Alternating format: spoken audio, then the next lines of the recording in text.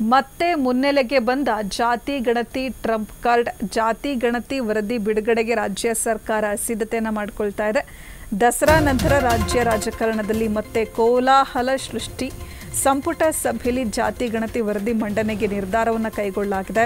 ಜಾತಿ ಗಣತಿ ಬಿಡುಗಡೆ ಹಿಂದೆ ರಾಜಕೀಯ ಲೆಕ್ಕಾಚಾರ ಇದೆಯಾ ಅನ್ನುವಂಥ ಪ್ರಶ್ನೆ ಇದೆ. ಹಿಂದುಳಿದ ವರ್ಗಗಳ ಕ್ರೋಢೀಕರಣಕ್ಕೆ ತಂತ್ರ ಹೂಡಿದ್ರ ಸಿಎಂ ಸಿದ್ದರಾಮಯ್ಯನವರು. ಜಾತಿ ಗಣತಿ ವರದಿ ಬಗ್ಗೆ ಅಪಸ್ವರ ಎತ್ತಿರುವಂಥ ಪ್ರಬಲ ಸಮುದಾಯಗಳು ಮಠಾಧೀಶರಿಂದಲೇ ಜಾತಿ ಗಣತಿಗೆ ವರದಿ ಬಿಡುಗಡೆಗೆ ವಿರೋಧ ವ್ಯಕ್ತವಾಗ್ತಾ ಇದೆ. ಜಾತಿ ಗಣತಿ ವರದಿ ಬಿಡುಗಡೆ ತೀವ್ರ ಕುತೂಹಲವನ್ನು ಕೆರಳಿಸ್ತಾ ಇದೆ.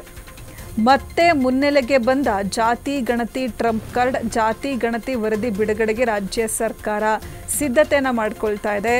ದಸರಾ ಹಬ್ಬದ ನಂತರ ರಾಜ್ಯ ರಾಜಕಾರಣದಲ್ಲಿ ಮತ್ತೆ ಕೋಲಾಹಲ ಸೃಷ್ಟಿ ಆಗತ್ತಾ? ಸಂಪುಟ ಸಭೆಯಲ್ಲಿ ಜಾತಿ ಗಣತಿ ವರದಿ ಮಂಡನೆಗೆ ನಿರ್ಧಾರವನ್ನು ಕೈಗೊಳ್ಳಲಾಗಿದೆ. ಜಾತಿ ಗಣತಿ ಬಿಡುಗಡೆ ಹಿಂದೆ ರಾಜಕೀಯ ಲೆಕ್ಕಾಚಾರ ಇದೆಯಾ ಅನ್ನುವಂಥ ಪ್ರಶ್ನೆ ಉಂಟಾಗಿದೆ. ಸಿಎಂ ಸಿದ್ದರಾಮಯ್ಯನವರು ಹಿಂದುಳಿದ ವರ್ಗಗಳ ಕ್ರೋಢೀಕರಣಕ್ಕೆ ತಂತ್ರವನ್ನು ಹೂಡಿದ್ರ? ಜಾತಿ ಗಣತಿ ವರದಿ ಬಗ್ಗೆ ಪ್ರಬಲ ಸಮುದಾಯಗಳು ಅಪಸ್ವರವನ್ನು ಎತ್ತಿರುವಂಥದ್ದು. ಮಠಾಧೀಶರಿಂದಲೇ ಜಾತಿ ಗಣತಿ ವರದಿ ಬಿಡುಗಡೆಗೆ ವಿರೋಧ ವ್ಯಕ್ತವಾಗಿದೆ. ಜಾತಿ ಜನಗಣತಿ ವರದಿ ಬಿಡುಗಡೆ ತೀವ್ರ ಕುತೂಹಲ ಕೆರಳಿಸ್ತಾ ಇರುವಂಥದ್ದು. ರಾಜ್ಯದಲ್ಲಿ ಹಿಂದುಳಿದ ವರ್ಗಗಳ ಆಯೋಗದ ಸಾಮಾಜಿಕ, ಶೈಕ್ಷಣಿಕ ಮತ್ತು ಆರ್ಥಿಕ ಸಮೀಕ್ಷಾ ವರದಿ ಭವಿಷ್ಯ ಈ ತಿಂಗಳ 18ರಂದು ಗುರುವಾರ ನಡೆಯಲಿರುವಂಥ ಸಚಿವ ಸಂಪುಟ ಸಭೆಯಲ್ಲಿ ನಿರ್ಧಾರ ಆಗುತ್ತೆ.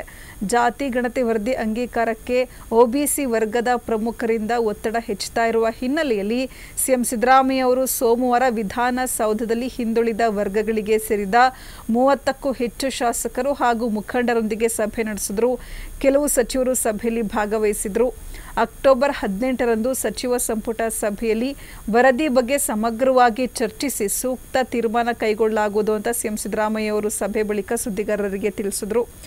ಆಯೋಗ ಸಿದ್ಧಪಡಿಸಿರುವುದು ಹಿಂದುಳಿದ ವರ್ಗಗಳ ಜಾತಿ ಸಮೀಕ್ಷೆ ಅಲ್ಲ, ಬದಲಾಗಿ ರಾಜ್ಯದ 7 ಕೋಟಿ ಕನ್ನಡಿಗರ ಸಮೀಕ್ಷೆ. ಇಡೀ ದೇಶದಲ್ಲೇ ಇಂಥ ಸಮೀಕ್ಷೆ ನಡೆಸಿರುವಂಥ ಪ್ರಥಮ ರಾಜ್ಯ ಕರ್ನಾಟಕ ಅಂಥೇಳಿ ಸಿಎಂ ಸಿದ್ದರಾಮಯ್ಯನವರು ತಿಳಿಸಿದರು. ಶಾಸಕರು ಸೇರಿದಂತೆ ಹಲವು ಜನಪ್ರತಿನಿಧಿಗಳು ನನ್ನನ್ನು ಭೇಟಿ ಮಾಡಿ ಹಿಂದುಳಿದ ವರ್ಗಗಳ ಆಯೋಗದ ಸಾಮಾಜಿಕ, ಆರ್ಥಿಕ, ಶೈಕ್ಷಣಿಕ ಸಮೀಕ್ಷೆಯನ್ನು ಅಂಗೀಕರಿಸಲು ಒತ್ತಾಯಿಸಿದ್ದಾರೆ. ಆದರೆ ನಾನು ಈವರೆಗೆ ವರದಿಯನ್ನು ಪರಿಶೀಲಿಸಲಿಲ್ಲ. ಸಚಿವ ಸಂಪುಟ ಸಭೆಯಲ್ಲಿ ವರದಿ ಬಗ್ಗೆ ಚರ್ಚಿಸಿ ಸ್ಪಷ್ಟ ತೀರ್ಮಾನಕ್ಕೆ ಬರಲಾಗುವುದು ಅಂತ ಹೇಳಿ ಸಿಎಂ ಸಿದ್ದರಾಮಯ್ಯನವರು ತಿಳಿಸಿದ್ದಾರೆ.